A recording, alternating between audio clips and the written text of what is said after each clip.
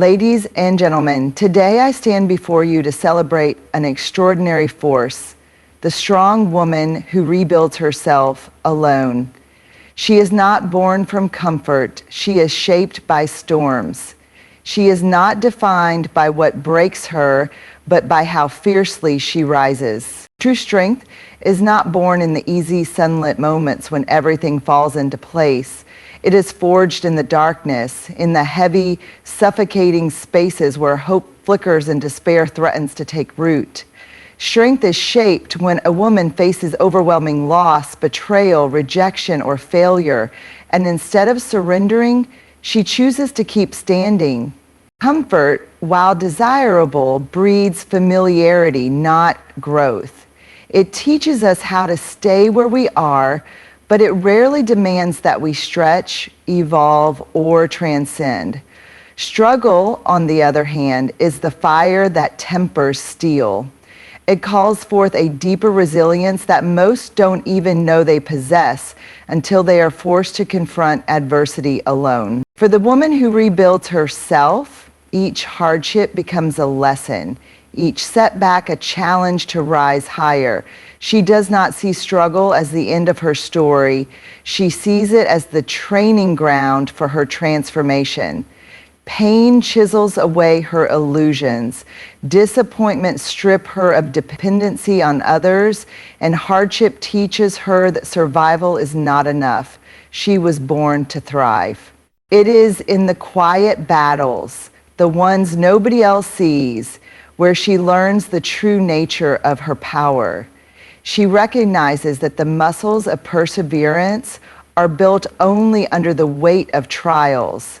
She accepts that vulnerability, heartbreak, and uncertainty are not signs that she is weak, but proof that she is engaging fully with life, refusing to numb herself or run away. The strong woman does not long for a life free from struggle because she knows that struggle has taught her things that ease never could. Self-reliance, emotional grit, spiritual depth, and unshakable determination. Struggle is not her enemy. It is her silent mentor, the force that refines her into someone unbreakable, not because she was never broken, but because she decided to rebuild herself even stronger each time she was. When a woman begins the journey of rebuilding herself, it rarely happens in the spotlight. There are no cheering crowds, no applause, no bright lights to mark her progress. Instead, it happens quietly, often in the loneliest hours, behind closed doors, when the world believes she has already moved on, or perhaps even forgotten. The act of piecing herself back together is deeply personal, intimate, and sacred. In the silence, she is forced to confront the truths she once avoided. She can no longer distract herself with noise, approval, or the expectations of others. It is only in solitude that she can hear the honest, raw voice within her, the voice that tells her what she truly needs, who she truly is, and where she must go next. Solitude becomes both her battlefield and her sanctuary. In that stillness, she mourns what was lost, not just relationships, dreams, or opportunities, but also parts of herself she can never reclaim. She sits with her sorrow, her anger, her regret, and instead of running from them, she listens. She lets them teach her. She understands that emotions ignored only grow heavier, but emotions embraced can eventually set her free. Without the constant validation of others, she learns a profound lesson. She must validate herself. Every small victory, getting out of bed when it feels impossible, setting a boundary for the first time, choosing healing over bitterness, is a quiet, monumental act of strength. These moments are not broadcast to the world, but they are the foundation of her rebirth. In solitude, she also redefines her relationship with herself. She no longer seeks rescue or completion from another person. She realizes that the company she keeps within her own mind and heart is the company that matters most. She chooses to become her own comfort, her own guide, her own advocate. But the rebuilding is not instantaneous. It is slow, repetitive, and often painful. Some days it feels like there is no progress at all. But in the silent, unseen labor of healing, she is planting seeds. Seeds of resilience, wisdom, and unshakable self-worth. Others may only see the result much later, marveling at her strength without ever knowing the lonely path she walked to find it. True rebuilding does not seek attention. It seeks authenticity. It is in the silence of her struggle and the solitude of her growth that the strong woman shapes a new version of herself. Not for the world's approval, but for her own liberation. For too long, society has equated vulnerability with fragility, weakness, or failure. But for the strong woman who rebuilds herself, vulnerability is understood as something entirely different. It is an act of immense courage. It is not easy to expose one's wounds, fears, and imperfections, especially in a world that often praises only perfection and strength without acknowledging the pain beneath it. Choosing to be vulnerable means standing fully in one's truth without the armor of pretense. It means admitting when she is hurting, when she is afraid, when she feels lost. It is refusing to numb the aching parts of her heart just to appear strong in the eyes of others. True vulnerability is the willingness to sit with discomfort rather than hide from it, to be honest about the broken pieces without shame or apology. When a woman embraces vulnerability, she takes back her power. She no longer fears being judged by others because she no longer judges herself for being human. She understands that wounds are not symbols of defeat, but evidence that she dared to love, dared to try, dared to hope. Vulnerability is the birthplace of authenticity, connection, and real healing. It takes extraordinary bravery to open oneself up to the possibility of being hurt again after betrayal. It takes even greater courage to hope again after disappointment, to trust again after betrayal, to dream again after failure. Each act of vulnerability, each moment she chooses openness over isolation, honesty over silence, is a quiet rebellion against the forces that once tried to break her spirit. Moreover, vulnerability allows her to truly rebuild herself, not as a version the world expects, but as the woman she was always meant to be. It strips away the masks she once wore to survive, and it gives her the freedom to live as her truest self. In being vulnerable, she acknowledges that strength is not about never falling. It is about embracing the fall, learning from it, and rising in full ownership of her scars. Through vulnerability, she finds a deeper kind of strength, a strength rooted not in appearances, but in authenticity. She becomes resilient not because she hides her pain, but because she confronts it head on and refuses to let it define her. In choosing to be vulnerable, she declares that she will not be hardened by what hurt her. She will be healed by what she has the courage to face. The journey of rebuilding oneself after devastation is not merely about piecing together what was broken. It is about creating something stronger, wiser, and more authentic from the ashes. And to do this, a woman must cultivate two rare and powerful forces within herself: self-trust and relentless hope. Self-trust does not come easily, especially when life has delivered betrayals, failures, or disappointments. It is hard to trust your own decisions when past choices seem to lead to heartbreak. It is tempting to doubt your instincts, question your worth, and second-guess your every move. Yet the strong woman understands that rebuilding begins the moment she chooses to believe in her own inner compass. Even if it shakes, even if it whispers instead of roars. Self-trust means looking inward for validation instead of constantly seeking permission from the world. It means knowing that mistakes do not define her, they refine her. Every wrong turn, every painful lesson has taught her something invaluable. She learns to listen to her own intuition, to honor her own needs, and to be her own protector. She accepts that while others may abandon her, she must never abandon herself. Parallel to self-trust runs another vital force: relentless hope. Hope is not naive optimism that everything will magically get better. It is the fierce belief that no matter how shattered today feels, tomorrow holds the possibility of something new.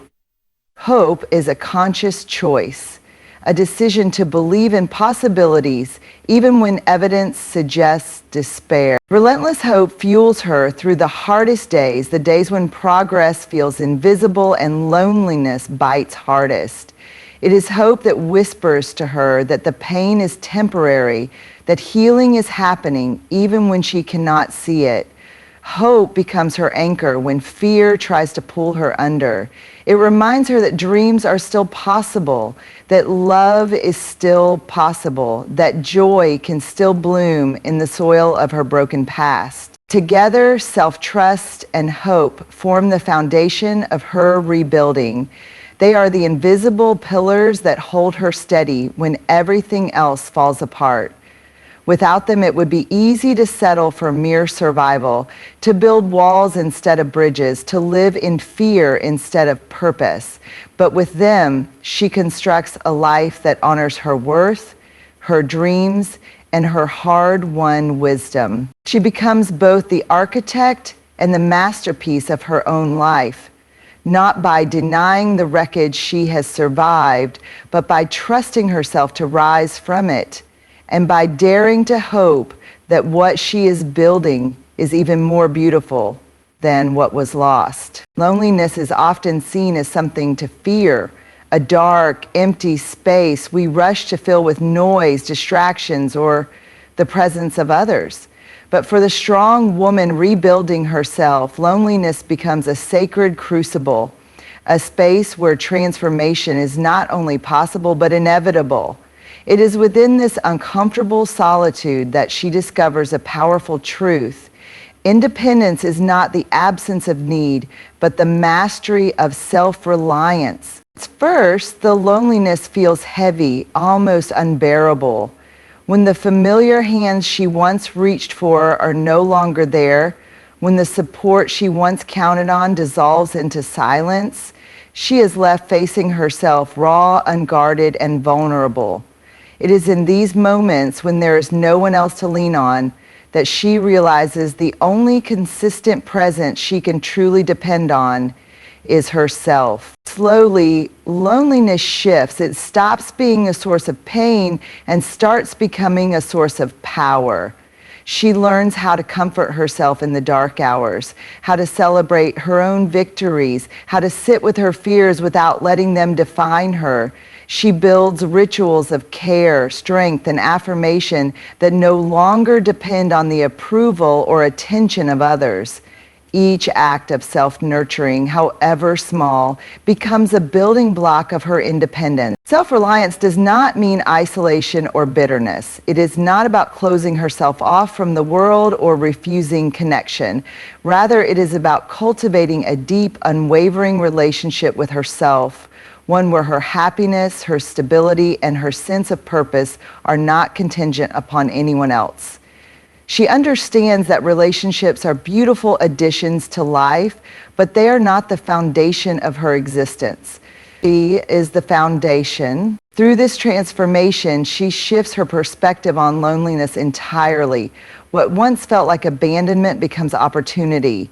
The space left by others becomes the fertile ground where she plants the seeds of new dreams, new ambitions, new ways of loving and living that are rooted entirely in her own power. She stops waiting for someone to rescue her from her solitude because she realizes she does not need to be rescued. She needs to be honored by herself first and foremost. Independence is not forged by ease or comfort. It is born out of the difficult but vital act of facing loneliness head-on and choosing to emerge from it stronger, wiser, and more self-possessed. The woman who masters this knows that she can stand alone without fear, not because she has to, but because she has discovered the vast, inexhaustible strength that was within her all along. Pain and failure, two words that most try desperately to avoid, become for the strong woman who rebuilds herself essential tools in her transformation. She does not deny their existence, nor does she pretend they haven't wounded her deeply. Instead, she chooses a different path. She faces them, studies them, and ultimately reclaims them as sources of profound wisdom and catalysts for new beginnings. Pain, when left unexamined, can become a prison. But when a woman dares to sit with her pain, to feel it fully rather than running from it, she unlocks its hidden lessons. Pain teaches her about her limits and her needs. It shines a harsh but necessary light on what no longer serves her, the relationships, the habits, the dreams that were too small for her soul. It forces her to confront the uncomfortable truths she might otherwise have ignored. And in doing so, it liberates her. Similarly, failure, often viewed as a mark of shame, is reimagined in her hands. Failure no longer means that she is incapable. It simply means she dared to attempt something that stretched her beyond her current limits. Every failure, rather than diminishing her, adds to her depth. It teaches her patience, humility, strategic thinking, and resilience. Failure becomes a wise teacher, one that offers her the clarity to adjust her course and the courage to try again, this time with greater insight. Pain and failure are not endpoints in her story. They are pivotal chapters. They strip away illusions and false identities, making space for authenticity and deeper purpose. They humble her but also strengthen her, showing her the contours of her true character. Through her struggles, she discovers that her value was never tied to her successes or her scars. Her value simply is unwavering and complete. Most importantly, the strong woman learns that every ending shaped by pain or failure holds the seeds of a new beginning. Where others might see only ruin, she sees raw material, the unformed clay of a future she can mold with her own hands. She understands that to be reborn, something must first be broken. She uses her pain not as a reason to close her heart, but as a reason to open it wider, to life, to new experiences, to dreams even grander than before. Each time she rises from pain and failure, she carries with her a new layer of wisdom, the kind that cannot be taught by comfort, only by survival. This wisdom becomes her compass. It guides her through the storms yet to come and gives her the unshakable knowledge that no matter what she faces, she has already learned how to build herself anew. In a world eager to label people by their wounds, failures, or past mistakes, the strong woman makes a conscious, radical decision. She refuses to let her story be written by the things that tried to break her. She understands that while her past shapes her, it does not define her. She is not the sum of her heartbreaks, her losses, or the betrayals she endured. She is the author of her own identity, and she holds the pen firmly in her own hand. It would be easy, almost expected, for her to wear her pain like a badge, to let bitterness harden her heart, or to allow fear to limit her future. But she chooses another way. She acknowledges everything she has been through, honors the battle she has fought, and yet insists on defining herself by her growth, her strength, her dreams, and her relentless spirit. Every day, she makes choices that build her identity anew. She chooses resilience over resignation. She chooses compassion over cynicism. She chooses courage over comfort. These choices are not made once, but over and over, especially on the hard days when it would be simpler to give up. Through these daily decisions, she crafts a version of herself that is not reactive to her pain, but responsive to her highest potential. This act of self-declaration is a declaration of freedom. It means that no person who wronged her, no circumstance that challenged her, no failure that wounded her gets to dictate her worth or her future. She decides who she is, not by erasing her past, but by building on it, transforming her history into wisdom and her scars into emblems of survival. The woman who rebuilds herself understands that life will never offer her guarantees. There will always be hardships, new obstacles, and fresh heartbreaks, but by choosing to define herself not by what happens to her, but by who she intentionally becomes, she transcends the temporary trials of life. She becomes the architect of her destiny, shaping her story not through what she has endured, but through the boundless possibilities she dares to pursue. Her identity becomes a testament not to the forces that tried to diminish her, but to the limitless strength she found within herself. In this way, she transforms her narrative from one of survival into one of triumph, writing and rewriting her story with a spirit that refuses to be anything less than extraordinary.